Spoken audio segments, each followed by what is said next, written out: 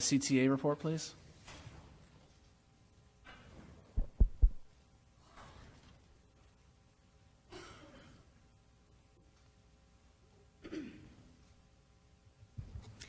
Good evening, Chairman Ingersoll, board members, Mr. Superintendent. I just want to highlight some of the progress made in negotiations over the last, well, really year since July 1. We've had a lot of really positive things happen. We have agreed on 15 substantive language changes in the CTA-CU contracts. And on tonight's agenda, actually, there are 2 additional letters of understanding, one about training pay for our non-instructional staff, and one that I'm extremely proud of and thrilled to be able to work with the district to make this happen.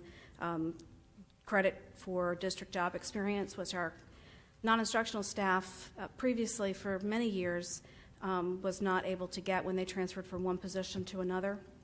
And now we are valuing and honoring their district experience in their new job wherever they go within the district. And so we've worked really hard on that, and it was a thrill to be able to get that to happen. That's going to make a difference for so many people. We do have a number of other substantive things that are on the table still to work through. I believe we can get there before our contract expires June 30th so that we can wrap it all up and tie it in a nice little bow and get that sucker ratified. 2 of the things that we do have are some challenges, obviously insurance and compensation, and to some extent we're at the mercy of others in trying to deal with those 2 issues, which makes it a little bit more difficult to do what we really want to do and do the right thing.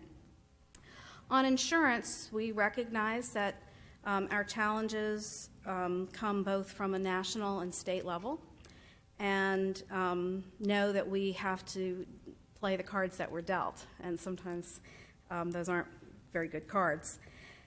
But I just want you to know that your employees do expect insurance plans that are affordable and provide actual insurance coverage. A high deductible plan that provides no first dollar coverage or that forces employees to pay out $3,600 before any coverage kicks in is the same as having no insurance at all.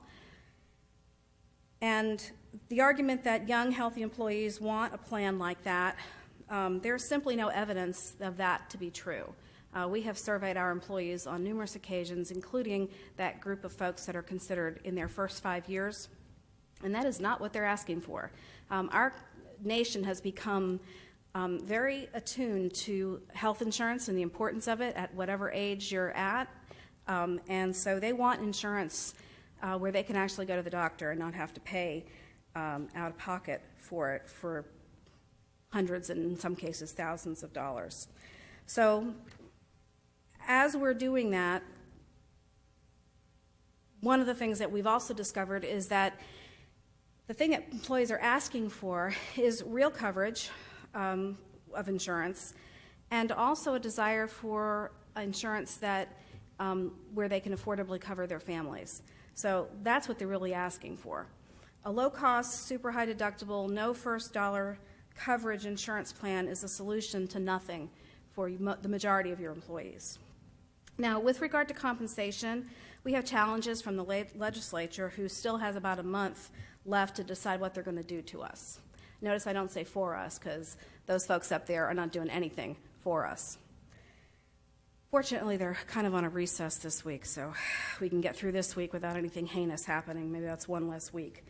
But we know somewhere the funding will be between somewhere what we had last year and maybe a little bit more, maybe just slightly more, not a whole lot. We're not looking at anything grand. So given that, you need to set priorities for how the district existing fund balance in excess of the 3% required is spent, along with any additional incoming funding and how that's spent. It's even more critical that you have those priorities in place. I want to encourage you to not slice up the pie with pet projects or other items before you plan for employee compensation, and I do mean raises in that regard, and insurance.